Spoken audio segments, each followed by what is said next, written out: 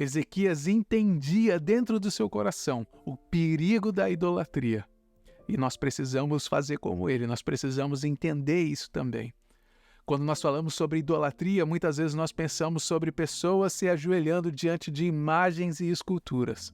Mas nós esquecemos que muitas vezes a idolatria ela está dentro do nosso coração, porque nós mesmos criamos vários ídolos nas nossas vidas. Hoje nós vamos conhecer um pouquinho mais sobre a história desse rei, o rei Ezequias, um dos reis mais emblemáticos que já governou ali o reino de Judá. Se você não sabe, Judá era um reino de belezas naturais estonteantes.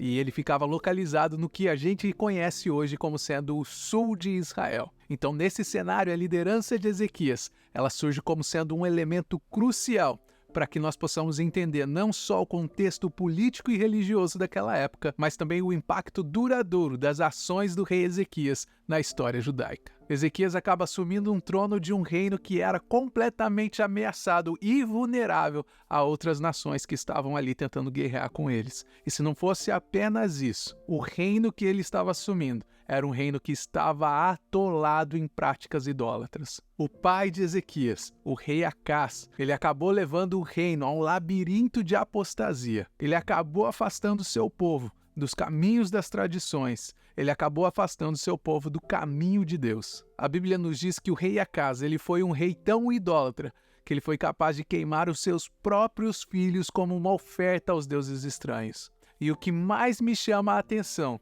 é que Ezequias, mesmo sendo filho de Acás, crescendo dentro dessa casa completamente deturpada, com princípios deturpados, ele não seguiu o exemplo que ele tinha dentro de casa. Ele não seguiu o exemplo do seu pai. Então a ascensão do rei Ezequias ao trono, ela é como se fosse uma alvorada de esperança, porque naquele momento estava sendo marcado o início de uma nova era, uma era voltada para a restauração da aliança divina com Deus. Então Ezequias, quando ele assume o trono de Judá, ele não se vestiu apenas com o linho fino que simbolizava ali a sua posição real, mas ele também veste ali uma coragem que não era dele, mas era uma coragem que se compara com a de um leão, que era o símbolo emblemático daquela dinastia. Por isso que nós temos aquela expressão que diz o leão da tribo de Judá. Então, o leão representava aquela dinastia, a dinastia de Judá. A determinação de Ezequias em enfrentar os desafios ali do seu reinado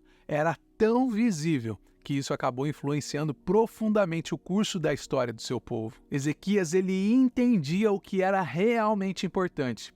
E ao entender isso, e por entender isso, ele não esperou nenhum momento para começar a corrigir o caminho de idolatria do seu povo. A Bíblia diz que no primeiro mês do reinado dele, ele já começou a purificação do templo. A Bíblia acaba não especificando quanto tempo o templo de Salomão tinha ficado fechado, mas a Bíblia nos mostra a importância e a urgência que ele atribuiu a essa restauração ao culto lá no templo de Jerusalém. Então, nesse contexto, nós vamos entender que a responsabilidade de Ezequias estava muito além das suas obrigações e cerimônias. Nós vemos que a responsabilidade dele era com a missão de restaurar a fé. Era uma missão de restaurar a integridade daquele reino que estava sendo marcada por tantos anos pela apostasia e pela desolação espiritual. Então, com esses objetivos, com essa missão clara na sua mente, Ezequias ele adotou uma abordagem proativa para liderar aquele seu povo. Ezequias ele mostra para mim e para você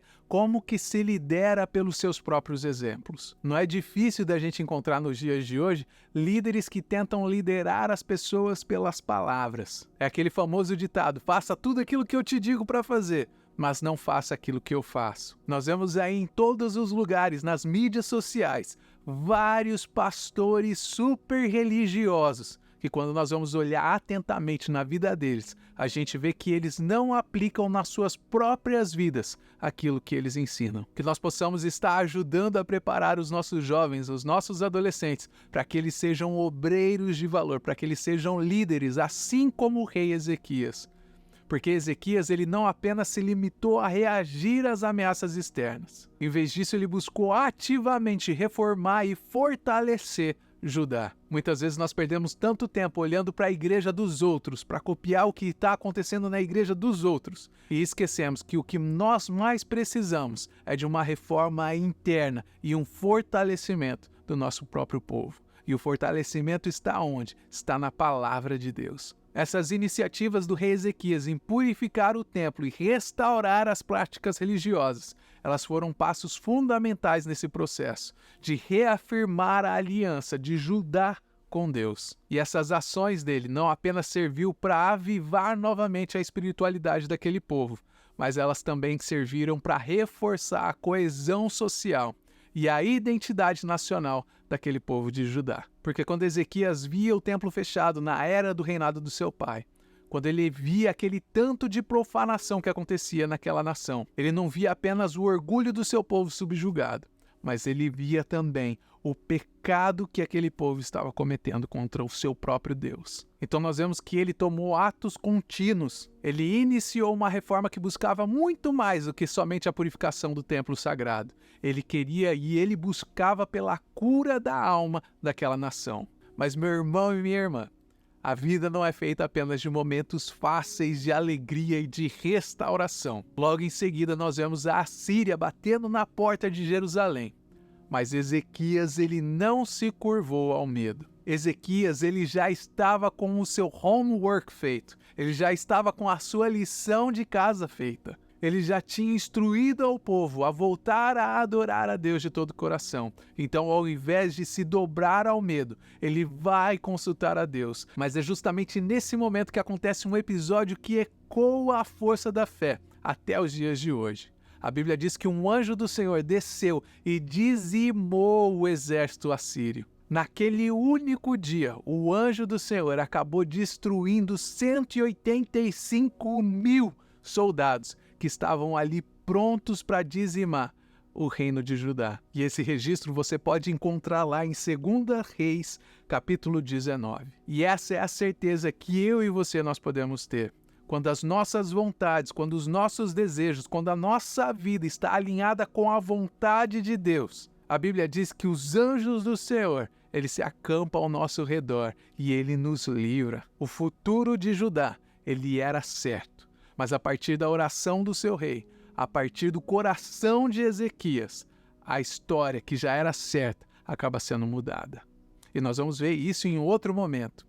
Porque foi durante uma enfermidade que o rei Ezequias enfrentou, que a misericórdia de Deus brilhou sobre a vida dele, como nunca visto antes. O profeta Isaías, ele vai até o rei Ezequias, e ele vai levar uma mensagem dizendo que Ezequias ele vai morrer. Mas o rei Ezequias, ele começa a orar a Deus, e a súplica daquele rei foi tão grande que ele acabou comovendo o coração de Deus. E a Bíblia diz que o rei Ezequias ele foi agraciado com mais 15 anos de vida. E esse foi mais um milagre que acabou ali reforçando a fé daquele povo, a fé no poder da oração e na misericórdia do nosso Deus. Durante o reinado do rei Ezequias, nós tivemos ali alguns profetas que estavam agindo naquele mesmo momento da história, que eram os profetas Isaías e Miqueias. Algumas escolas teológicas dizem também que Oséias estava vivendo ali naquele mesmo contexto, naquela mesma era.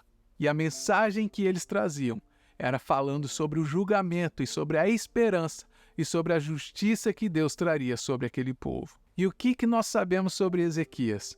Nós sabemos que com sabedoria e humildade, ele acabou alinhando a liderança dele a essas vozes proféticas contemporâneas do tempo dele. E isso acabou reiterando aquele compromisso que ele tinha com a fé e com a obediência. A vida do rei Ezequias, ela precisa ser uma inspiração para a minha vida e para a sua vida, porque ela é o maior exemplo que nós temos de um líder que lidera por exemplo e da urgência que nós precisamos ter no quesito a idolatria e a submissão à vontade de Deus. Ezequias entendia dentro do seu coração o perigo da idolatria. E nós precisamos fazer como ele, nós precisamos entender isso também.